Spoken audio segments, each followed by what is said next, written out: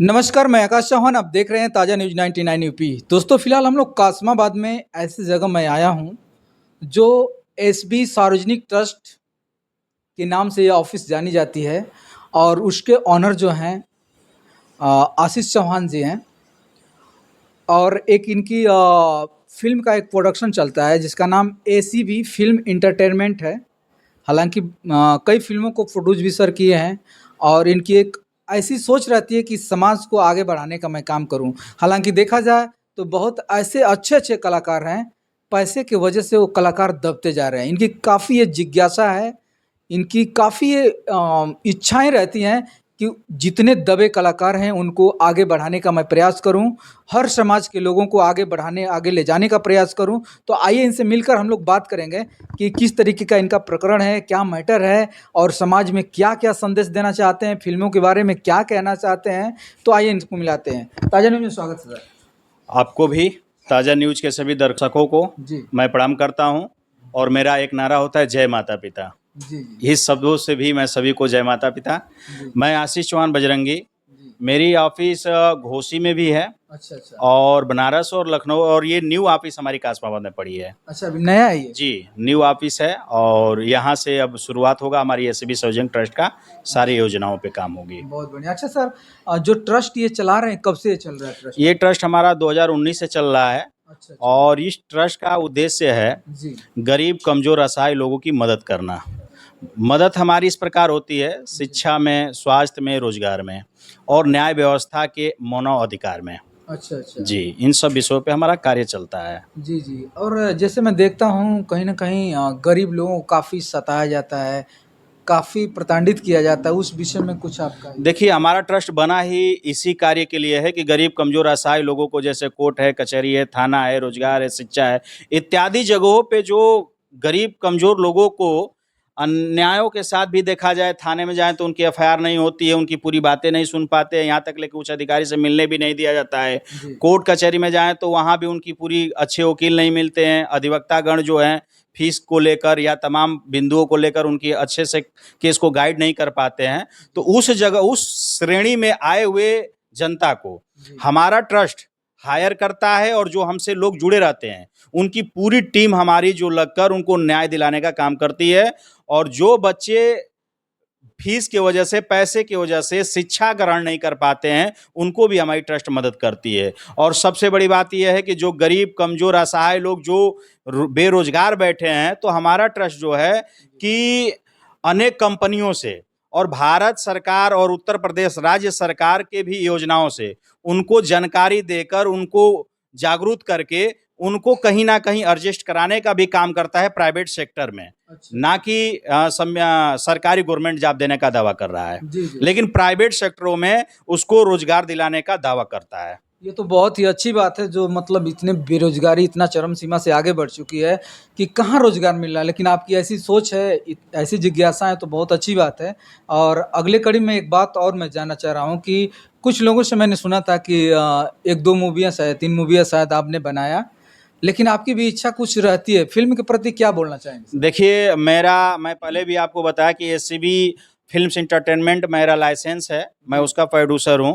जी। मैं इसमें अपने उन समाज के बच्चों को आगे बढ़ाना चाहता हूँ, जो लोग की इच्छा रहती है कि मैं आकर अपने कलाकारी को लोगों के सामने प्रस्तुत करूँ। जी। तो जो वह लोग अपने पैसे की वजह से, पूँजी की वजह से, सिस्टम की वजह से, लिंक की वजह से वो कहीं न कहीं फेल मार जाते हैं जी। और यूट्यूब पे, फेसबुक पे अपना कहीं न कहीं वीडियो बना के डालते रहते हैं। ट्रस्ट हमारा प्रोड्यूसर जो हमारा एसीबी फिल्म्स एंटरटेनमेंट है, इसमें उनका वेलकम है, स्वागत है, वो आ सकते हैं, उनकी पूरी मदद हम करेंगे, हर प्रकार से मदद करेंगे। वो जिस भी मूवी को अगर बताएँगे, अपनी कला दिखाएँगे, हमें अच्छा लगेगा, तो उनके पीछे हम फंड भी लगाएँगे। अच्छा, अच्छा। आगे सर कुछ तैयारी है क्या? कुछ बड़ी फ़िल्म करने के बारे में आप सोच रहे हैं? हाँ, ये हमारी तैयारी है। मैं 1 तारीख से जो है, नेक्स्ट जो महीना है, 1 तारीख जो आ रहा है, 1 तारीख से हमारी एक मूवी पे पूरा सर्च हो रहा है, जिसमें लगभग काफ़ी बजटों से बनने वाली है, कई टीमों के साथ मिलकर बन रही है। जी। तो जो भी लड़के इच्छुक हों, एसीबी सार्वजनिक ट्रस्ट से संपर्क करें जी। और उन्हें जगह दिया जाएगा। अच्छा सर, एक बात और मैं जानना चाह रहा हूँ। हमारे इस क्षेत्र के एक बहुत ही फेमस कलाकार हैं जिनका नाम चिरकुट बाबा है। हालांकि देखा जाए तो कई मिलियन उनके सब्सक्राइबर भी हैं, बहुत लोग प्यार करते हैं। जहाँ जाते हैं भीड़ भी आ जाती है बहुत ज़्यादा उनको जी। देखने के लिए। उनकी भी एक हार्दिक इच्छा है कि जितनी फिल्में आज तक भोजपुरी में बनी, उससे कुछ हट के ऐसा हम लोग फिल्म बनाएं कि समाज के लिए एक आईना बन जाए। तो उनके विषय में क्या कहना चाहेंगे? कुछ उनके विषय में सोचेंगे सर? देखिए, चिरकुट बाबा की मैं वीडियो बहुत देखता हूँ। जी। उनकी कई बातें हमें बहुत अच्छी लगती है, उनकी विचार से भी मैं सहमत हूँ। मैं भी चाहता हूँ कि हम मिलकर सभी भाई लोग मिलकर एक ऐसी मूवी बनाएँ जो समाज को एक अच्छा निर्देश दे, एक अच्छा जो है कि दिशा देने का काम करे, युवाओं को देने का काम करे। क्योंकि आज की डेट में मूवी जो भोजपुरिया बन रही हैं, इतनी गंदी बनाई जा रही है, जिसमें आप देखेंगे कि हम अपने माँ, बहन, बेटी में अगर चाहें कि उस मूवी को मैं पूरा देख लूँ, तो कहीं न कहीं देखता तो हूँ, लेकिन नज़र झुकाना पड़ता है, उठाना पड़ता है। ये सब चीज़ों से आता है। इसलिए मैं जो मूवी बनाने की बात कर रहा हूँ, सर्वप्रथम उसमें हम राजनीतिक समाज के हित के लिए और समाज के विकास के लिए और समाज सभी के समाज माँ, बहन, बेटी में देखकर बैठकर देख सके, ऐसी मूवी की मैं भी सोच रखता हूँ। इसलिए मैं चिरकुट बाबा का भी धन्यवाद करूँगा कि वो मेरे विचार से मिलते-जुलते हैं। अगर वो साथ में आते हैं, तो उनके साथ भी हम काम करने के लिए तैयार हैं, अगर अच्छे दिशा से। बिल्कुल, बिल्कुल। बड़ी अच्छी सोच है सर, ऐसा होना चाहिए जो दबे हुए कलाकारों को आगे उठाने का आपने प्रयास कर रहे हैं, तो बहुत अच्छी बात है। एक बात और मैं जानना चाह रहा हूँ, क्योंकि सर अब मैं देख रहा हूँ तो आप भी चौहान समाज से हैं और थोड़ा-सा मैं पॉलिटिक्स की मैं बात करना चाहूँगा। कोई भी समाज हो, आज हर एक समाज आगे बढ़ चुका है, चाहे राजभर हो, यादव हो, ठाकुर हो, तमाम हर कास्ट के लोग अपनी-अपनी पार्टियाँ कहीं न कहीं बनाकर एक अच्छा मुकाम हासिल कर चुके हैं। लेकिन आपका एक ऐसा समाज है कि पार्टियाँ तो बहुत हैं, लेकिन कोई सक्सेस नहीं है। सब अलग-अलग पार्टियाँ बना के अपना-अपना सब लोग राष्ट्रीय अध्यक्ष बने हुए हैं कि मैं राष्ट्रीय अध्यक्ष इस पार्टी का हूँ, उस पार्टी का हूँ।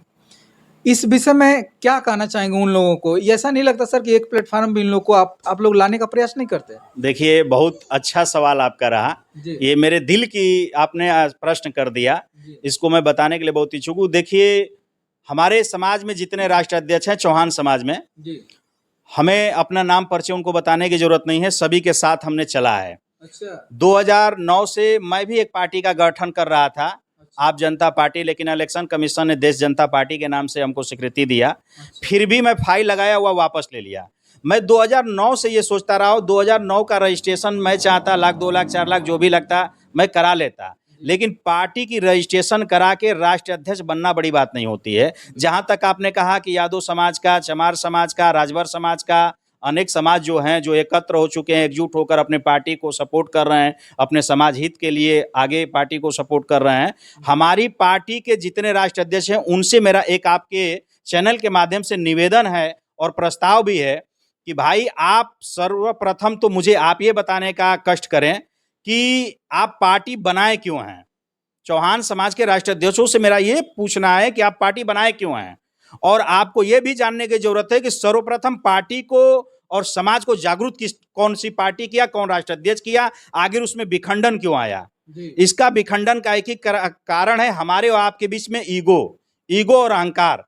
हम राष्ट्रीय अध्यक्ष होंगे, हम जो चाहेंगे वही होगा, ये सब ईगो। लेकिन अदर समाज में ये सब चीज़ें ईगो देखने को नहीं मिलता है। जो राष्ट्रीय अध्यक्षों को एक बार नहीं अनेक बार हम लोग एक मंच पे लाने के लिए काफ़ी प्रयास किए, काफ़ी मेहनत की है कि एक कोई राष्ट्रीय अध्यक्ष हो जाए जिसके नीचे हमारा पूरा समाज चले, चौहान समाज चले और कुछ विकास की काम करे। लेकिन आज जो आए दिन पार्टियां बन रही हैं सर, आपको मैं चैनल के माध्यम से खुल कर बोलूंगा, निडर होकर बोलूंगा और दावे के साथ बोलूंगा कि जितने चौहान समाज में पार्टी रजिस्ट्रेशन हुई है, सिर्फ और सिर्फ अपनी धंधा बनाने के लिए, चंदा लेने के लिए, अपना जेब भरने के लिए ये पार्टी बनाकर घूम रहे हैं। अपनी शान शौहरत बनाने के लिए, ना समाज हित के लिए नहीं ये पार्टी बनाए हैं। अगर ये समाज हित के लिए पार्टी बनाए हैं तो मैं इनसे कह रहा हूं कि आप चंदा लेना बंद कर दो। 2 दिन में समझ में आ जाएगा कि कितने पानी में और कितने क्षमता में और कितनी समाज सेवा इन राष्ट्रीय अध्यक्षों के अंदर भरा है, जो हमारे समाज को फोड़ कर, तोड़ कर, गुमराह कर कर सिर्फ अपनी रोटी सेक कर रहे हैं। और जहां तक एक मंच पे लाने की बात है, तो हमें नहीं लगता है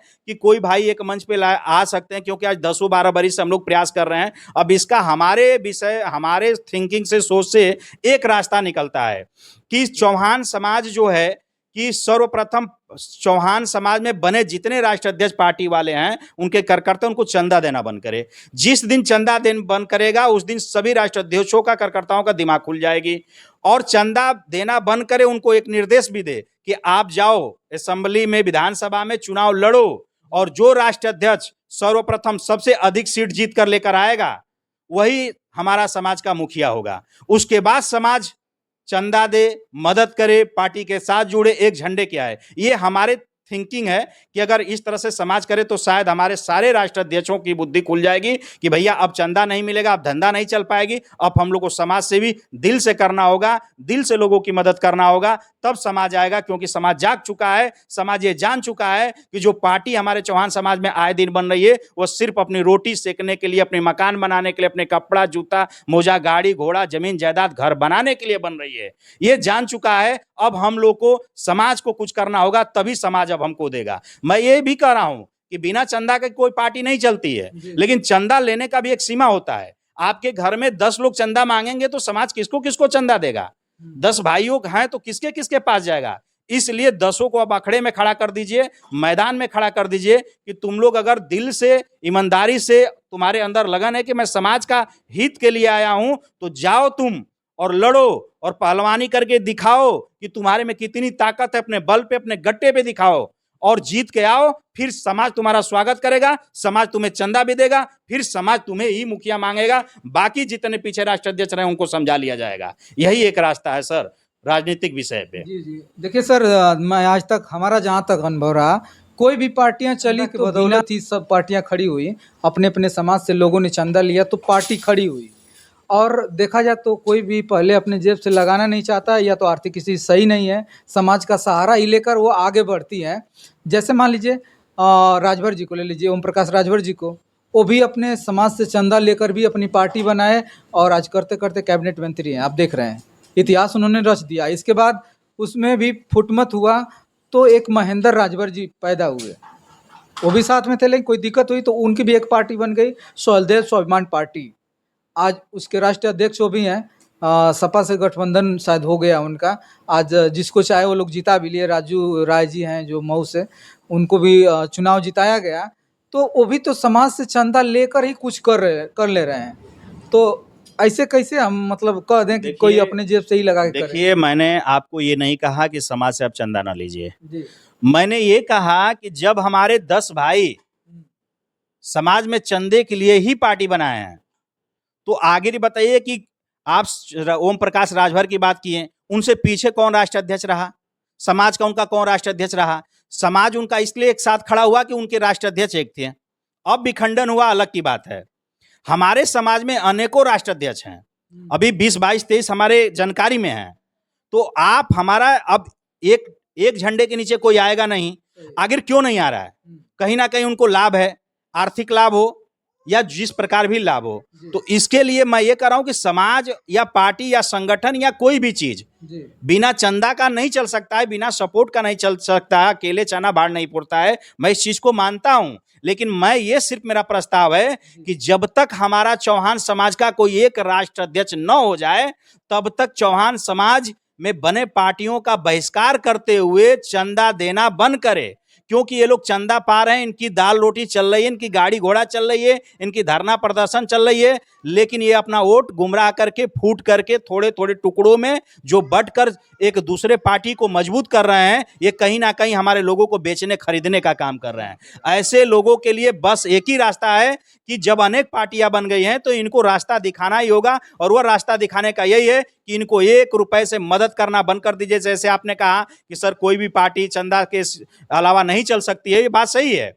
तो इसीलिए तो कह रहा हूं कि जब ये लोग समाज हित के लिए आए हैं तो चंदा देना बंद करें, इनका रिमोट ही बंद कर दें, फिर देखें कि कौन चलते हैं। बिल्कुल सही है, आपका कहना भी सही है। क्योंकि अगर चौहान समाज में एक नेता होता, एक लीडर होता, एक राष्ट्रीय अध्यक्ष होता, तो समझ में आता कि पूरा समाज उसके साथ खड़ा होता। लेकिन देखा जाए तो बहुत सारे ऐसे राष्ट्रीय अध्यक्ष हैं जो खड़ा है, एक पौधान पे आना नहीं चाहते हैं। तो समाज किसको किसको हेल्प करेगा? यही कहने का तात्पर्य आपका। देखिए, मैं आपको बता दूं, मेरे सभी राष्ट्रीय अध्यक्ष भाइयों को मैं जय माता पिता बोलता हूं, प्रणाम, सादर प्रणाम भी करता हूं। उन लोगों को अवगत करा दूं कि आशीष चौहान बजरंगी ने उनके भी मीटिंग में, उनके भी रैली में, उनके भी पार्टी गठन में मैं खड़ा रहा हूं।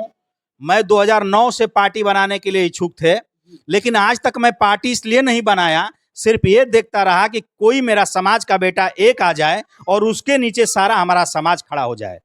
आज बताइए कि 10 भाई हैं, अगर आपको चंदा देंगे तो उस भाई को तकलीफ है, उस भाई के साथ होंगे उस भाई को तकलीफ होगा। मैं इसीलिए कह रहा हूं कि पार्टी चंदा से चलती है, पार्टी जनता के सहयोग से चलती है, पार्टी देश विदेश के फंड से चलती है, पार्टी आर्थिक सहयोग से चलती है। तो मैं कह रहा हूं कि जब हमारे समाज में अनेक पार्टियां आए दिन बन रही है तो उसको रोकने का एक ही तरीका हमारे समझ से है कि समाज चंदा देना, उनको आर्थिक सहयोग करना बंद कर दे। फिर समझ में आ जाएगा कि किसमें कितना लगन है, कितना मन है, कितना बल है कि समाज के हित के लिए सोच रहे हैं। मैं दावे के साथ कर रहा हूं कि अगर आज चौहान समाज और आर्थिक सहयोग जनता बंद कर दे पार्टियों को, तो कल वह पार्टी घर में बैठ जाएगी। इसलिए मैं अभी भी अपील आपके चैनल के माध्यम से करूंगा चौहान समाज से कि बने हुए पार्टियों को आप दरकिनारे करते हुए अगर समाज को एक चाहते हैं, एकजुट हो देखना चाहते हैं, तो चंदा देना बंद करिए। फिर पार्टियों का खुलना और पार्टियों का प्रचार और आपका वोट बेचना, गुमराह करना, ये धंधा उन लोगों की बंद हो जाएगी। फिर जो समाज में सर्वप्रथम जिसकी पार्टी अपने बल पे अच्छा एमपी, एमएलए, सांसद लेकर आए, समाज से मेरा निवेदन है कि उसको आप धन की सहयोग करिए, बल की सहयोग करिए, उसकी आर्थिक सहयोग करके उसको आगे बढ़ाइए, उसके झंडे के नीचे आइए। ये मेरा निवेदन है। चलिए सर, आपसे बात करके बहुत अच्छा लगा, बहुत बहुत मैं अंतिम क्षण में आपसे ये कहना चाहूंगा कि मेरा एसीबी सार्वजनिक ट्रस्ट मेन विषय पे काम करता है, न्यायालय की पूरी प्रकरण को निःशुल्क सेवा प्रदान कराता है। थाने में अगर आपकी सुनवाई नहीं हो रही तो निःशुल्क प्रकरण कराता है। पूरे भारत में आपको न्याय दिलाने का काम करता है। एसीबी सार्वजनिक ट्रस्ट के अंदर अनेक सचिव, अनेक समाजसेवी, अनेक सांसद, अनेक विधायक और कई हमारे व्यापार, डॉक्टर, समाजसेवी, मतलब अनेक लोग हर प्रकार के जुड़े हैं, जो कि पूरे भारत में आपको कोर्ट, कचहरी, थाना इत्यादि रोजगार से शिक्षा, रोजगार में मदद करेंगे। इसलिए आप चैनल के माध्यम से आपसे निवेदन करेंगे कि हमारे चैनल में अधिक से लोग जुड़ें और इसका लाभ लें। चलिए सर, बहुत बहुत धन्यवाद आपको। अब तक आप देख रहे थे आशीष चौहान जी से हमारी कुछ बातें हुई, जो काफ़ी समाज के प्रति जागरूक हैं। किसी भी समाज के लोग हों, पूरे भारत में कोई भी समस्याएं, कोई भी प्रकरण होता है, थाने से लगाई या कोई भी दिक्कत होती है, एक बार जरूर इस संस्था से आप लोग जुड़ें, जिस संस्था का नाम मैं बताना चाहूँगा, एसीबी सार्वजनिक ट्रस्ट है, जिसके राष्ट्रीय अध्यक्ष आशीष चौहान जी हैं। बिल्कुल आप संपर्क कर सकते हैं। तो सर, आपसे बात करके बहुत अच्छा लगा, बहुत बहुत धन्यवाद। बहुत बहुत धन्यवाद ताजा न्यूज को भी और आपके सभी परिवार को भी।